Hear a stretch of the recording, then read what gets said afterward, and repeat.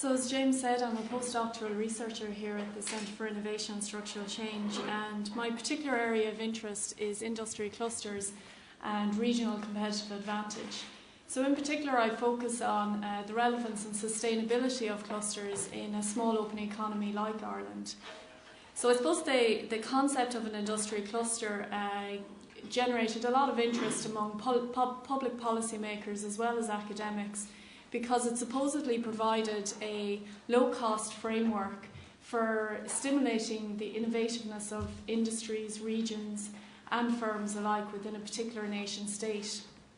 And also there was the success of particular regions like Silicon Valley in the US, high technology activity in the Cambridge region, the Italian industrial districts, that researchers wanted and public policymakers wanted to know what the successful ingredients were and whether they could be emulated in other nations.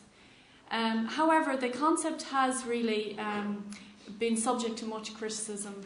The idea behind it is that you have a group of interrelated companies located in close geographical proximity that allows for linkages to develop between those firms, and therefore knowledge spillovers occur, knowledge flows occur, and you get these kind of effects taking place that enhances the innovativeness of the firms in the region alike.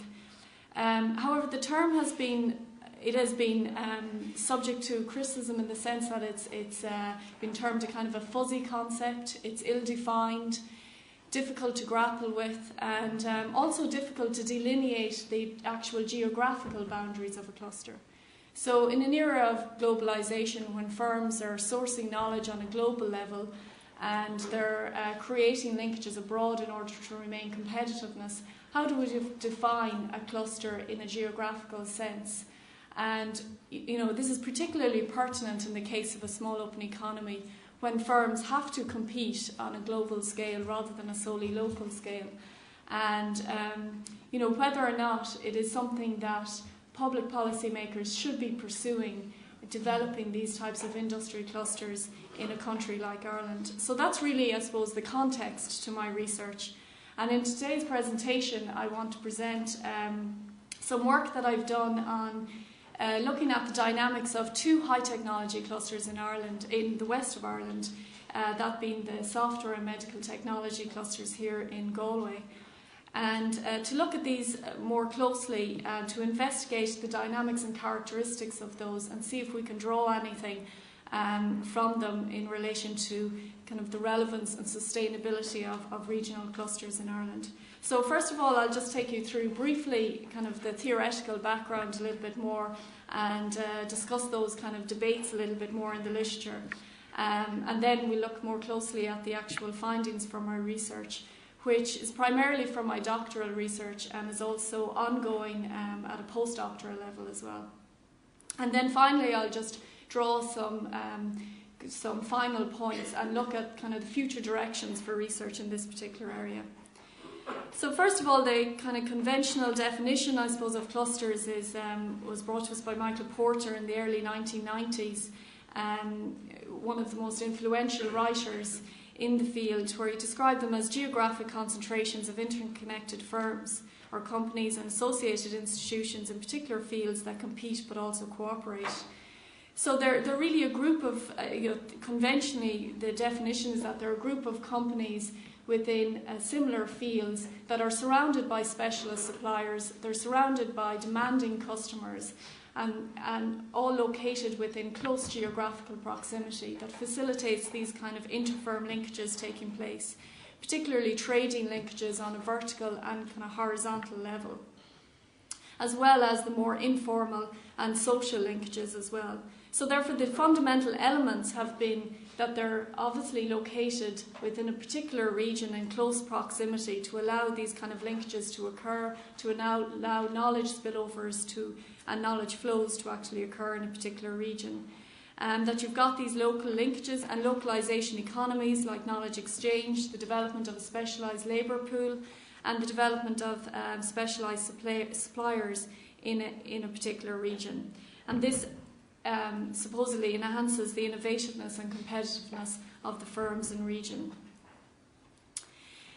The debates, however, in the literature have been, well, as in an era of globalization, what kind of effect is global linkages having on local clusters? As firms are creating linkages abroad with customers, suppliers, competitors, they're attending conferences abroad, etc. And they're involving themselves in global knowledge networks. And they have to do that in order to remain innovative. What kind of effect is this having on a cluster?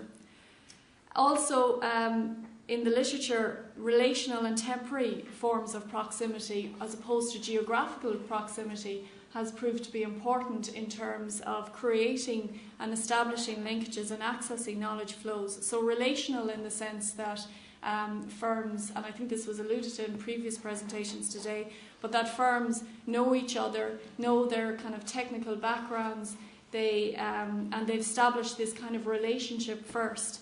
And that kind of proximity, not necessarily where they're actually located, but that kind of relationship in that form of proximity is more important for accessing knowledge and for knowledge flows and for innovation. And also likewise temporary proximities, as firms attend conferences, trade shows, etc., that they're important on a temporary basis for creating linkages and knowledge networks.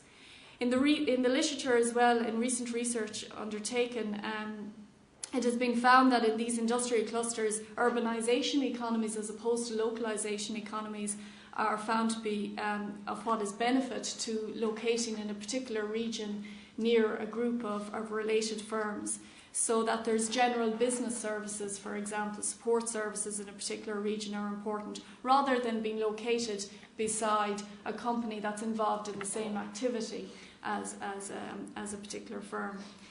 And also in the research has been shown that actually access to global linkages can occur without any assistance of local clustering institution or being part of a particular local cluster. So this all brings into play, I suppose, or brings the main question is, does the role of permanent geographical proximity, is there a role really for permanent geographical proximity? Should we be trying to develop these clusters of firms which are interrelated, involved in the same kind of activity or industrial sector, located within a particular region, when they're constantly looking abroad to create their linkages?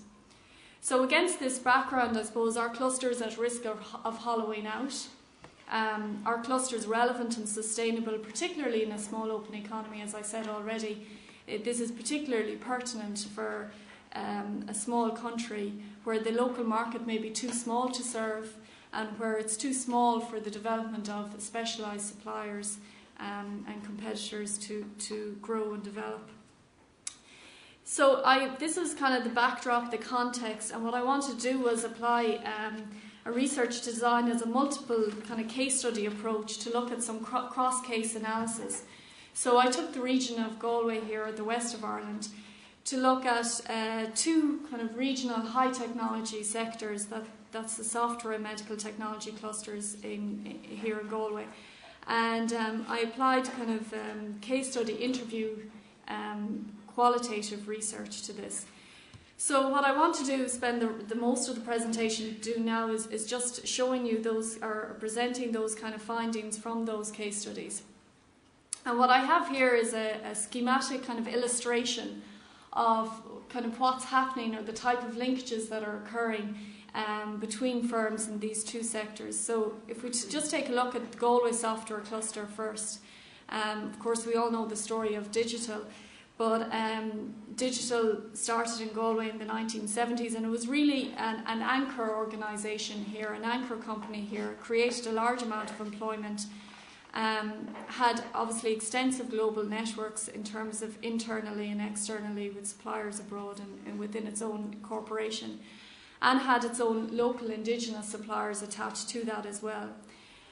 And it's the closure of the hardware division then in the 1990s was a major blow to the local economy.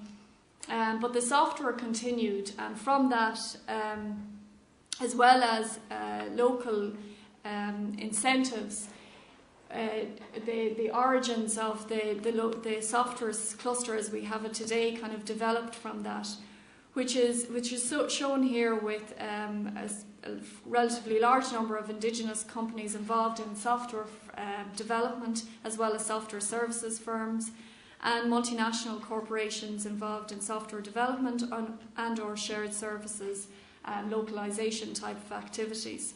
So I suppose the main point to look at here is that you can see the arrows here reflect the type of linkages taking place between companies and where they are actually taking place. So you can see that companies are creating linkages on a global and national marketplace with technology partners, sales offices, other units abroad, system integrators, distributors, partners, their attendance at conferences, trade shows, and other suppliers, with the ultimate aim of reaching the end user and selling primarily abroad. So most of these companies were found to create linkages abroad in order to sell particularly abroad. And the technology partners were a key kind of technical knowledge network within this particular cluster, whether those technology partners were mainly based in Dublin or abroad. Then within the locality itself, I wanted to look at what kind of linkages might be taking place between companies, and mostly they were on an informal kind of social level, where managing directors knew each other from perhaps having worked in digital, and that kind of level. There were some trading linkages between smaller software development companies and multinationals, for example. But the main organisation that kind of linked the companies was the local industry association, ITAG, which the companies kind of joined together in order to participate in collaborative training schemes and to participate in local kind of activities. And the role that ITAG saw in the locality was really to promote the cluster abroad. So to really promote Galway as a kind of a region for software development abroad, and with the ultimate aim of helping firms to perhaps establish linkages abroad. And also, of course, there was linkages with the university, particularly through the Derry Institute here. So the other interesting thing about the software cluster as well in Galway here is that while a lot of firms are involved in innovative activities in terms of software development activities, a lot of the companies were involved in they were marketing to different sectors. So, for example, they were producing software for the financial services sector, for the insurance sector, for gaming industry, for the travel industry, for example. And when I talk to these companies, a lot of them would say to me, well, I'm involved in insurance, and the guy in software development up the road there is involved in producing software for the entertainment industry, for example. So I've no real need to talk to him. I don't really get much from linking up with him, because his ultimate market is different to mine, for example. So there was this kind of diversity taking place within the software sector, even though we're looking at all firms developing some kind of software. And then ultimately that kind of brings to question the emphasis put on developing particular sectors like software, and is that what we should be doing? So if we take a look at medical technology then, you can see a similar pattern really, in that most firms are creating their linkages abroad selling on a global marketplace. They're using sales offices, other units abroad, strategic partners, alliances, distributors, other suppliers, in order to access the end user, in order to access particular knowledge that they need. And here as well, attendance at conferences, trade shows, clinical congresses came out as being particularly important for accessing that key knowledge network, which for them was the end user, which is usually a surgeon or a clinician, for finding out feedback on particular medical instruments, for example, and seeing what the next big thing is and what they need next. Within the medical technology cluster in Galway here, it's shaped the same, structured the same, in that you have smaller indigenous kind of startup companies, and then you've got just a handful of large multinational corporations. But what's happening here, there aren't, same as software, there aren't a huge amount of trading linkages. There are some suppliers supplying to local multinational companies, but you don't get there isn't a huge amount of trading linkages taking place. But you have got two world-leading multinational corporations, that being Boston Scientific and Medtronic, both involved in the same activity, the production of drug-eluting stents in the region. And what's happening here is that these two organisations are really taking on a lead role in the cluster, taking on a kind of an anchor role. They're promoting the cluster internationally. When the smaller firms, for example, when they go abroad, trying to create networks abroad, you know, other firms, other organisations have heard of Galway. Oh, you've got Boston Scientific, Medtronic there. They're both involved in drug-eluting stents. I've heard of Galway before. They're both involved in the cardiology activity. And this is kind of facilitating the smaller indigenous companies in creating those linkages abroad. So some of the smaller companies would say to me, well, it's great to have Boston and Medtronic here, because when suppliers from abroad or other organisations are coming from abroad to visit Boston Scientific, we would often call them up and say, well, you know, we're only down the road, so maybe you could give us a visit too. For example, that's one way in which by being located close to these organisations, they can facilitate them in creating their linkages abroad. So what's happening here is there's kind of reputational effects occurring, and there's kind of a place branding, but it's occurring kind of through the presence of these multinational corporations here. And again, you've got their linkages with the local university. It's resulting in spin-off, kind of start-up kind of organisations involved in the same kind of similar activities in the cardiology field. There's knowledge spillovers in that respect, and labour mobility as well is facilitating knowledge kind of spillovers. Likewise, an important role that these multinationals are playing in the region is in terms of other local kind of indigenous suppliers. They're increasing the quality standards of those particular suppliers. They have to meet an international standards for these multinational corporations. And as a result, the local neighbouring firms say, well, it's great because the multinationals are actually putting in the resources for these supplier companies to reach a certain standard. So we can get benefit from that then. We don't have to put in, I suppose, the same amount of resources. So these are the kind of benefits of locating, I suppose, close to these multinational corporations within the region. So what I wanted to do next was look at, I suppose, the region as a whole, and look at high technology activity as a whole in Galway, to see if, you know, what kind of interaction there is maybe between the two clusters themselves. And there was very limited evidence of actually software companies maybe supplying software to the local medical technology companies, or developing software for the local medical technology companies. Both clusters are very much globally orientated. They're creating their linkages abroad with all these different organisations. And the one, I suppose, organisation that's in common between the two clusters is actually the university, in the sense that the software cluster links up through the Derry Institute, and also the IT and science departments, and the medical technology primarily with the National Centre for Biomedical Engineering Science and Remedy, as well as the other engineering and science departments. So the interesting thing here is that we have kind of the university becoming, I suppose, the focal point when you look at the two clusters as a whole together within the region. It kind of shows, I suppose, a lack of kind of convergence of technologies as well. I mean, both clusters, the software cluster developed in terms of the convergence of maybe electronics and software, and the medical technology cluster here in Galway grew out of the convergence of pharmaceuticals with medical technology. So the convergence of technology is a particular important point, and this is, I suppose, hasn't developed kind of organically within the cluster here, and this can be attributed to maybe the top-down approach in developing these clusters through foreign direct investment.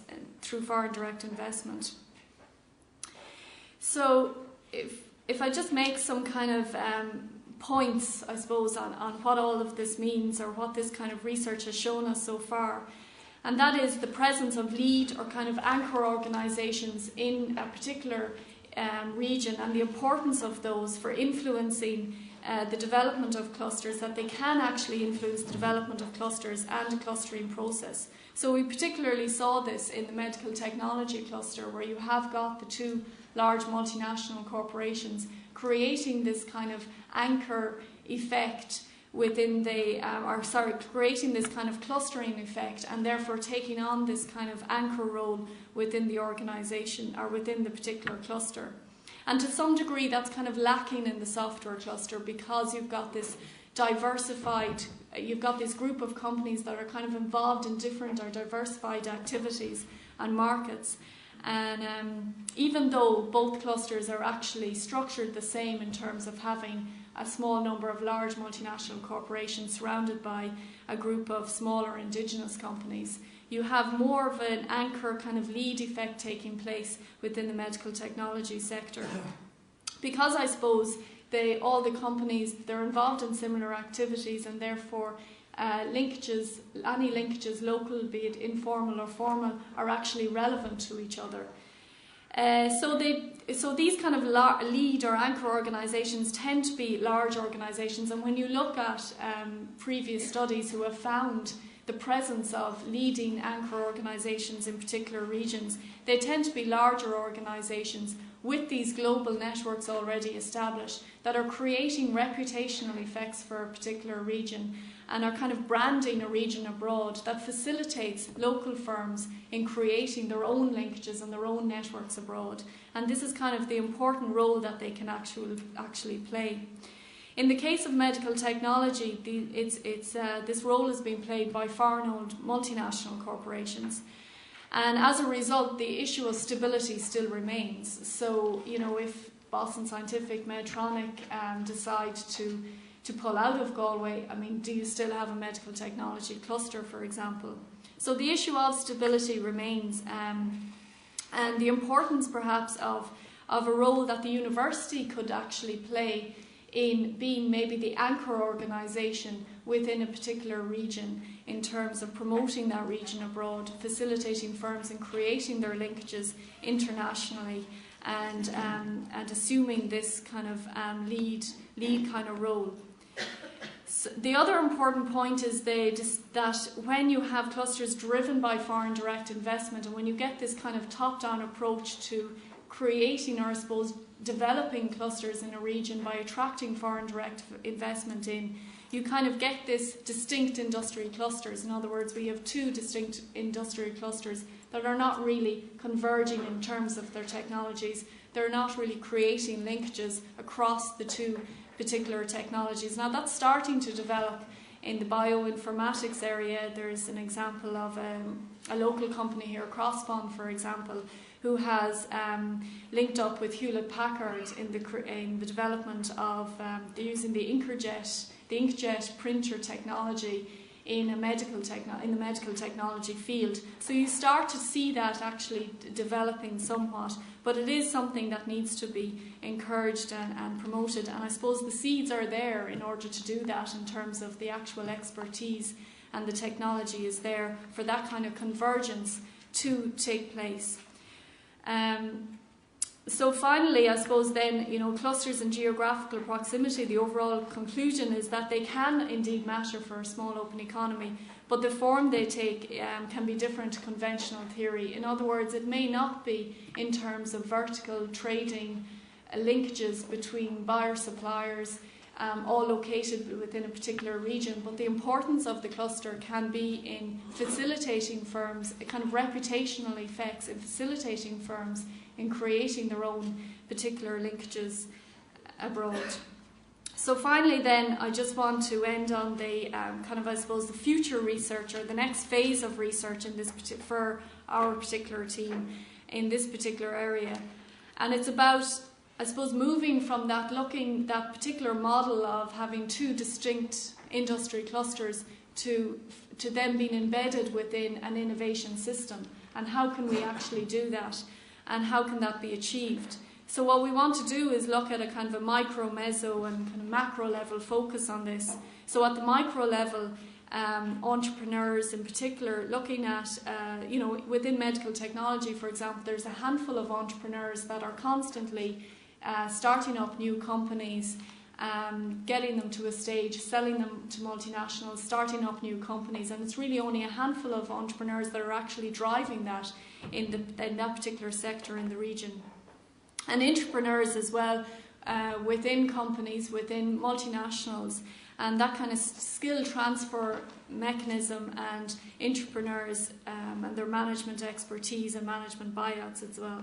At a meso level then, looking at technology transfer between FDI and the local economy, and skills transfer and skills development as well, and particularly management skills transfer. So not just in terms of technological capabilities, but also in terms of management transfer skills. The interfirm, the intersectoral linkages across, the development of linkages across technologies, and the movement away from looking at maybe particular sectors like software, medical technology, and more of a movement towards looking at the convergence of technologies, looking at particular technological spaces. The university firm linkages as well. So moving to the macro level at a region, within the regional, what are the regional assets here, the institutional building, and ultimately moving from these global clusters to be embedded within a local system. And of course this is kind of mutually reinforcing as well in terms of the development of entrepreneurs moving towards from distinct industry clusters to a particular regional innovation system. So that concludes my presentation. I have some working papers and more information on this. If anybody's interested, you can just email me. That's a kind of a quick snapshot of the research so far.